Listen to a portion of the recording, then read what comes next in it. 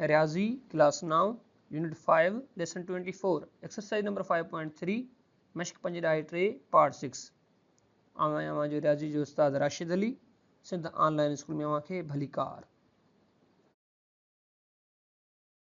पर पोइ लेक्चर में असां एक्सरसाइज नंबर 5.3 पढ़ी रहा हुआसीं जंहिंजा असां पहिरियां 5 क्वेश्चन सॉल्व करे छॾिया हुआ। अॼु असां 6 नंबर क्वेश्चन सॉल्व करण जी कोशिशि कंदासीं। हाणे उहो असां वटि आहे त for what value of p and q the expression x raised 4 plus 8x cube plus 30x square plus px plus q will be the perfect square। हाणे हिते पे चयो त p ऐं q जी कहिड़ी वैल्यू जे लाइ या कहिड़े मुल्ह जे लाइ ही जेका एक्सप्रेशन आहे उहा परफेक्ट स्क्वायर थी वेंदी। यानी हिते जेको p ऑफ x आहे हिते असां p जो मुल्ह छा पुट कयूं ऐं q जो मुल्ह छा पुट कयूं त पोइ ही जेका एक्सप्रेशन आहे असांखे गिवन उहा परफेक्ट स्क्वायर थी वञे। हाणे इहो फाइंड आउट करण जे लाइ असां सभ खां पहिरियां हिते लिखी वेंदासीं सॉल्यूशन। ॾिसो ॿारो तवजो ॾियो, सॉल्यूशन लिखण खां बाद में पहिरियां जेका एक्सप्रेशन गिवन आहे उहा लिखी था वञो इज इक्वल टू हिते थींदो त x raised 4 plus 8x cube plus 30x square plus px plus q।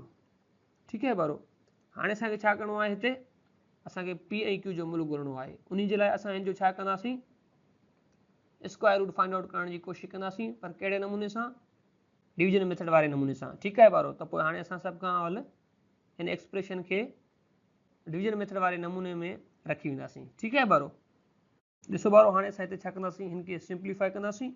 छा अहिड़ो को नंबर आहे जंहिंखे मां पंहिंजो पाण सां ज़र्ब कयां मूंखे एक्स रेज़्ड 4 ॾिए? जी हा बिल्कुलु आहे, उहो असां वटि आहे एक्स स्क्वायर।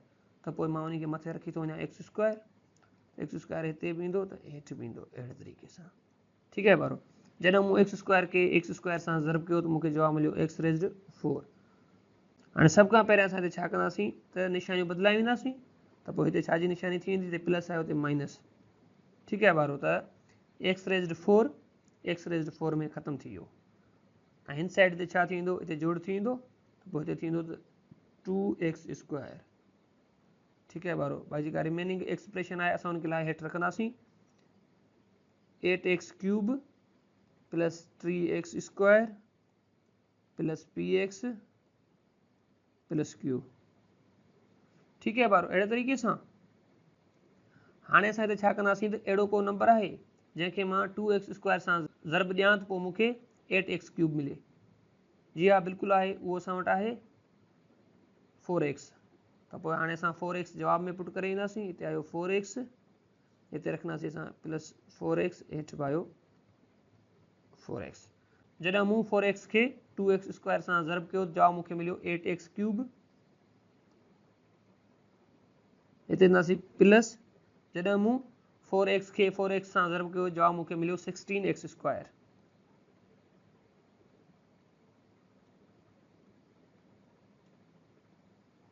ठीकु आहे ॿारो, अहिड़े तरीक़े सां हाणे असां छा कंदासीं सभ खां पहिरियां निशानियूं तब्दील करे ईंदासीं। हिते बि थींदी माइनस जी निशानी, हिते बि थींदी माइनस जी निशानी। अहिड़े तरीक़े सां हाणे 8x क्यूब में ख़तमु थी वियो। बाक़ी हाणे हिते ॾिसूं 3 मां जॾहिं 16 वेंदा बाक़ी छा बचंदो, हिते असां वटि बचंदो 14x स्क्वायर। त पोइ हिते लाइ रखंदासीं त 14x square plus px plus q। ठीकु आहे ॿारो, हिन साइड हाणे हिते छा थींदो, हिते थींदो त 2x स्क्वायर प्लस 8x। ठीकु आहे ॿारो, हाणे असां हिते 2x स्क्वायर सां छा ज़र्ब कयूं त असांखे 14x स्क्वायर ॾिए। त पोइ हिते असां 7 ज़र्ब करे वेंदासीं त पोइ हिते थी वेंदो प्लस 7, असां हेठि बि रखंदासीं प्लस जो 7 ऐं जवाब में रखी वेंदासीं प्लस जो 7। जॾहिं असां 7 खे 2x स्क्वायर सां ज़र्ब कयो त जवाबु मिलियो मूंखे 14x स्क्वायर। साॻी तरीक़े सां जॾहिं मूं 7 खे 8x सां ज़र्ब कयो त जवाबु मूंखे मिलियो 56x प्लस 56 ऐं लास्ट में आयो 49, 7 7 49।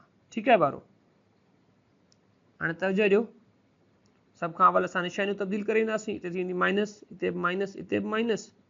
सही आहे ॿारो, हाणे 14x स्क्वायर में ख़तमु थी वियो। बाक़ी हाणे हिते कीअं सिंप्लीफाई थींदो, हिते थी वेंदो ॿुड़ी।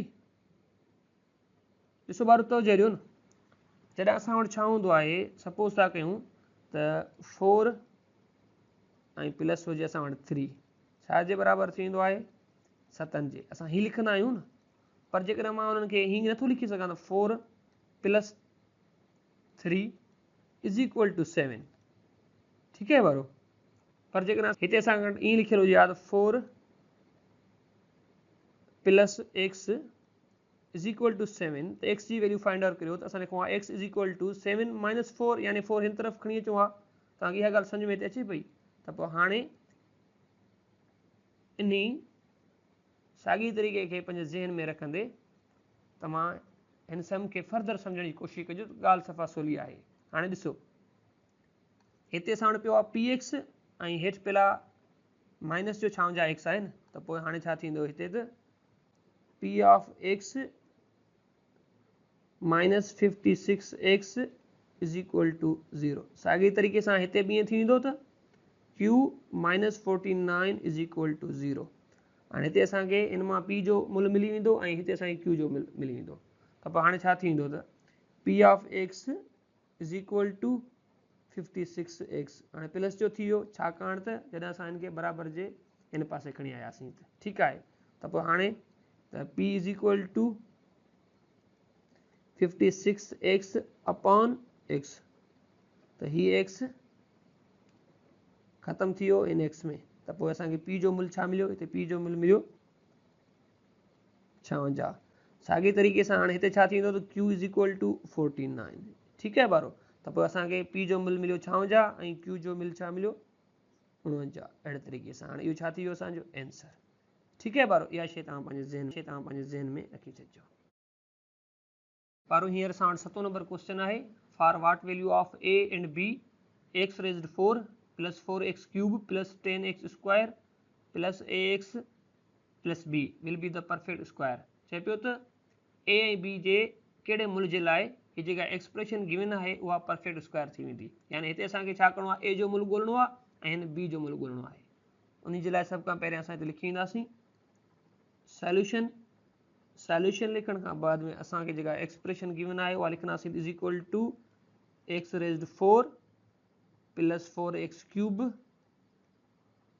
+ 10x² + ax + b, ठीकु आहे ॿारो। अहिड़े तरीक़े सां हाणे असांखे हिते छा करिणो पवंदो, असांखे हिन जो स्क्वायर रूट फाइंड आउट करिणो पवंदो, पर कहिड़े नमूने सां, डिवीजन मेथड वारे नमूने सां, ठीकु आहे ॿारो।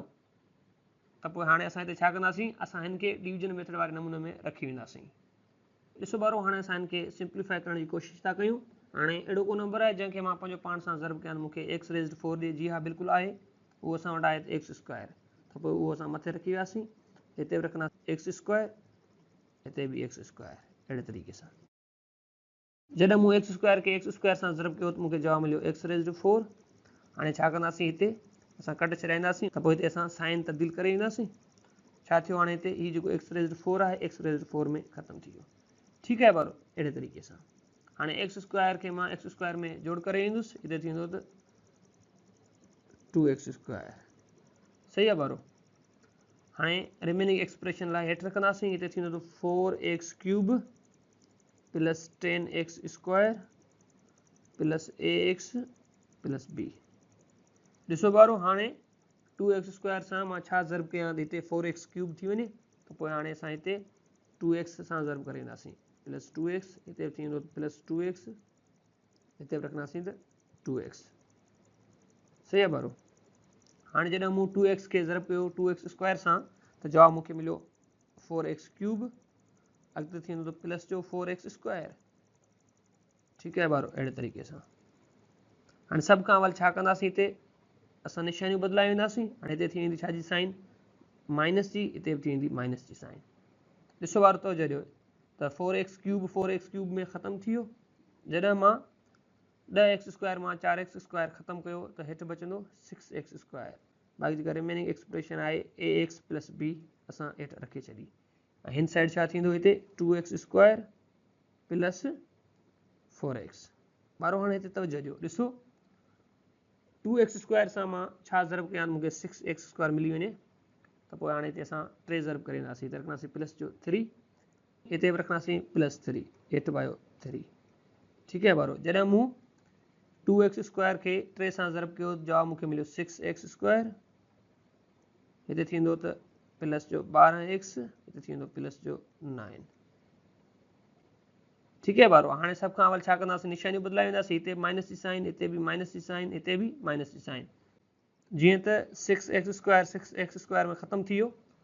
ठीकु आहे ॿारो, हाणे हिते ॾिसो ax पियल आहे, असांखे हिते a जो मुल्ह ॻोल्हणो आहे, हिते असांखे b जो मुल्ह ॻोल्हणो आहे। सही आहे ॿारो, हाणे असां उन जे लाइ हिते छा कंदासीं त पोइ असांखे पुट करे वेंदासीं त ax minus 12x is equal to 0, उन खां बाद में वरी असां वटि आहे त b minus 9 is equal to 0। हाणे हिन में असां छा कंदासीं त हिते a जो मुल्ह ॻोल्हींदासीं ऐं हिन में असां b जो मुल्ह ॻोल्हींदासीं, त पोइ तवजो ॾींदा हलो, हिते थींदो त ax is equal to 12x। सही आहे ॿारो, ऐं हिते छा थींदो त a is equal to 12x upon x। सही आहे ॿारो, हाणे हिते छा थींदो त हीउ x में ख़तमु थी वेंदो ऐं असांखे a जो मुल्ह मिलियो a इज़ इक्वल टू 12, ऐं हिते छा थींदो त b इज़ इक्वल टू, हाणे माइनस जो 9 हिन साइड अची वेंदो, थी वियो असां वटि b इज़ इक्वल टू 9, त असांखे a जो मुल्ह मिलियो 12 ऐं b जो मुल्ह मिलियो 9। हाणे इहो छा थी वियो, इहो असांजो थी वियो आंसर। अहिड़े तरीक़े सां ॿारो असांजो अॼु जो सबक़ हिते पूरो थियो, वरी मिलंदासीं नए सबक़ में, तेसीं ताईं अला भाई।